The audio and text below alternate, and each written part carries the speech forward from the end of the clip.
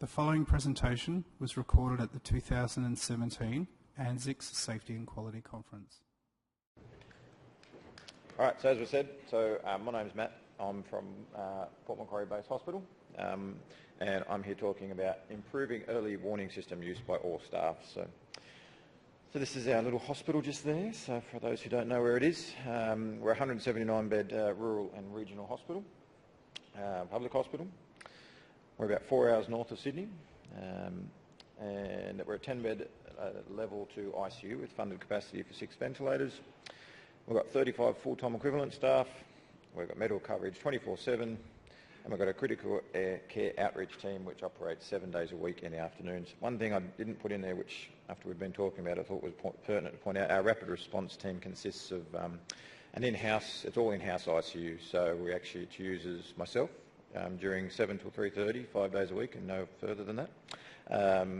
After hours, we have the team leader, which sometimes a supernumerary, sometimes isn't, majority of the time isn't, and registrar through the day, and then a resident as well overnight, potentially. Sorry, a registrar and resident through the day, and then a registrar overnight. So. Okay, so what did we look at? So we got electronic medical records in October, roughly, 2016, and what that gave us the opportunity to do was have a look at our rapid responses and see what was happening with our call data. So when we had a look, there was quite a significant discrepancy between us and a close by level 5 base hospital. For example, in February 2017, we had recorded 25 rapid response team calls, and this other hospital had recorded 79. When I further looked into it, this had been a long-term issue where we had been quite under the number for the state average. So what was our objective? So really we wanted to basically look and see if there was a fail to escalate care as per our local clinical emergency response system. What did we do? We went and had a look at electronic medical records. We had a look to see how many missed calls. So for those who don't know, so our EMR system populates as soon as they have a red zone criteria, and it populates their care compass and we can review it. So we had a look at making sure that, and that was all based on the calling categories, based on New South Wales between the flags, which you can see there for those who might not know it. So, all right. So our results were, obviously wouldn't be presenting at this conference if it wasn't, that the staff were failing to escalate care when the patients met calling criteria. Local service wasn't being activated as mandated by the policy. We actually found in the first week, because I've been told to say the first week, it was the first 3 days, that there was 9 calls that weren't called on patients in the hospital. So, and nursing and medical teams were dealing with patients' deterioration in-house, despite the patients meeting criteria. So, 2 things particularly that stood out that I was told was we call ICU when we've exhausted all our options, and one of the great ones from one of the wards that is the most extended ward away from where ICU is, we only call ICU when we need to tube a patient. So wasn't going to work too well if we continued in that way. So what did we do about it? So obviously we reviewed our protocols just to make sure we had adherence with New South Wales policies, recognition and management of patients who are clinically deteriorating. We had a look at our current training and education and looked at that and made sure that, thankfully, it demonstrated compliance with what was Standard 9, what will become Standard 8. So, and we gave some refresher education to nursing, but also medical staff.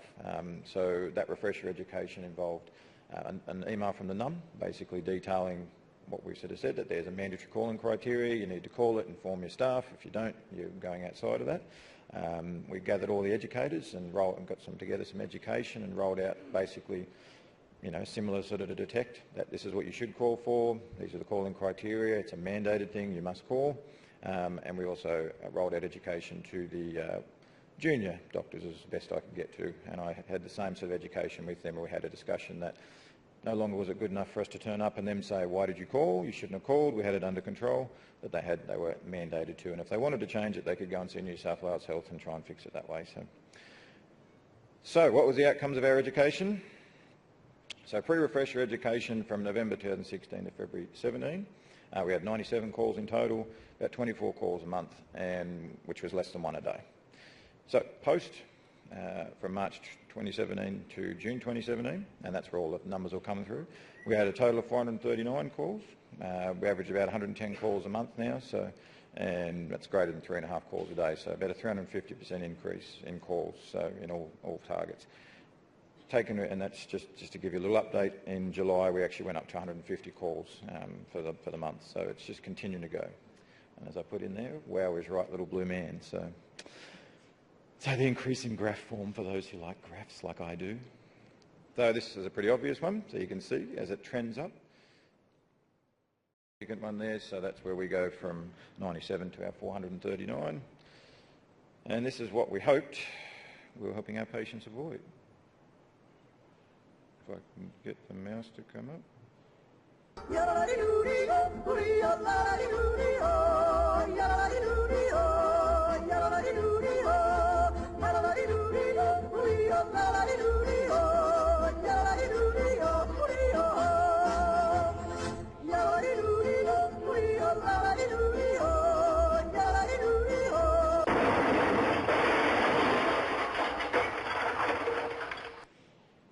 So hopefully we're going to avoid that. But we had to find out if that's what was actually happening. So, all right. So the increased workload, obviously. So we're looking at the time out of ICU for rapid response. As I said, we're based in ICU, so from November through, we did about 14.5 hours per total. And this information we all got off our electronic medical records, which gives us information of this. About 36 minutes per rapid response call, but only 29 minutes per day out of the unit because we only attended 0.8 of a call per day on average. So post-education, we're up to 56.5 hours total per month, about 110 minutes per day out of the unit, and that's with about 31 minutes per call, so that was a drop down, and greater than 3 calls a day, as we've said. So what did this mean? So it was great. We had a 14% decrease in the times at calls. We put this down to currently, we're going to investigate further, but that hopefully we're seeing the patients earlier, which means there needs less intervention, and so we're hopefully just going along and seeing them and getting out of there quicker. But we actually had a 279% increase in time that medical coverage and nursing coverage was decreased in the intensive care. So again, nice little graphical nature of it. You can see pre and post. It's our total time. It's our average time.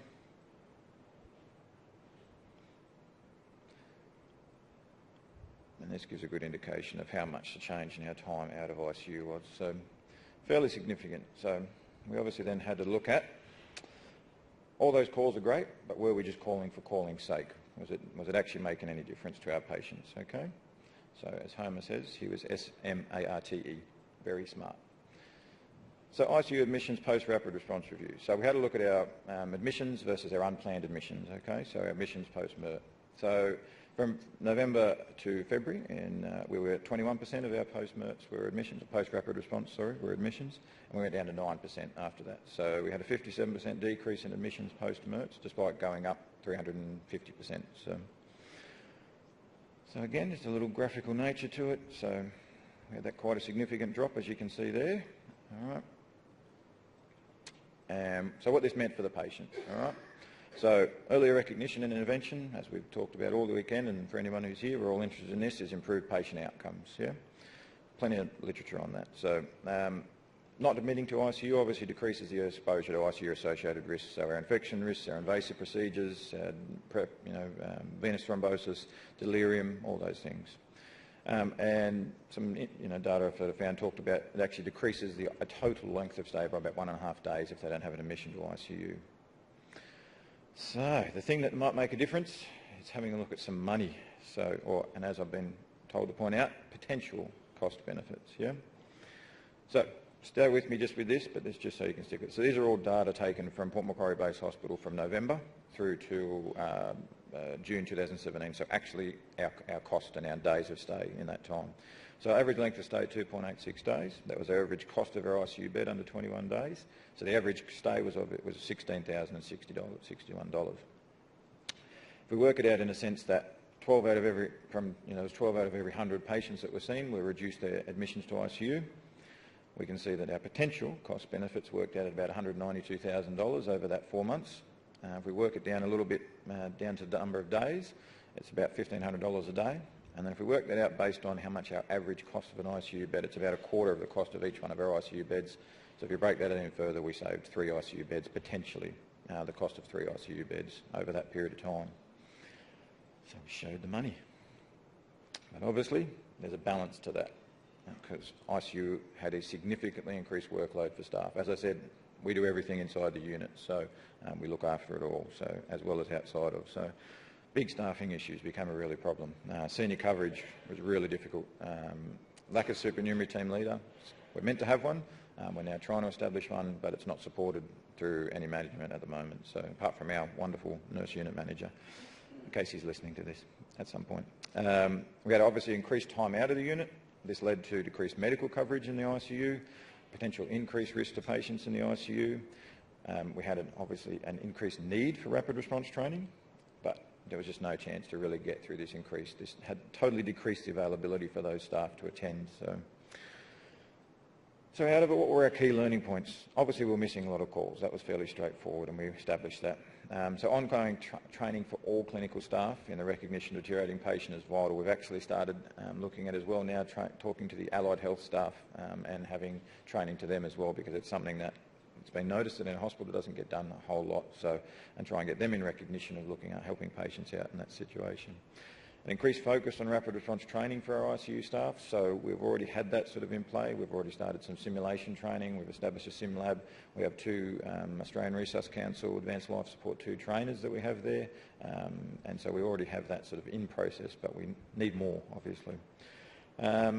Further education on the Hastings Macleay Clinical Network Clinical Emergency Response Protocol, which we're continuing to do, and as I said, now starting to try and incorporate allied health departments in it as well.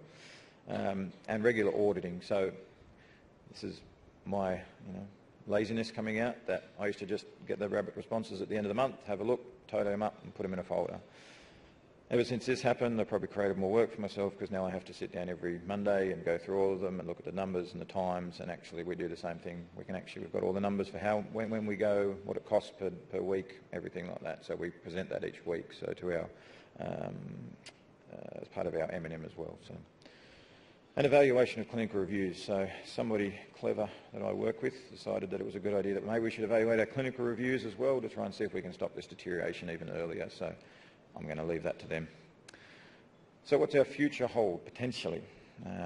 Increased medical coverage for ICU. So we've got a meeting when I go back tomorrow or Thursday to actually talk about how we're going to go about trying to get an increased medical coverage for ICU. A dedicated multidisciplinary rapid response team. So we already obviously have that, but this is sort of looking whether we actually have it outside of. Potential nurse-led rapid response team, which we've talked about, and working together as a team continuously. Just want to acknowledge these people. Very, very good. Helped us out. Wouldn't have got any of this together without them. So thank you.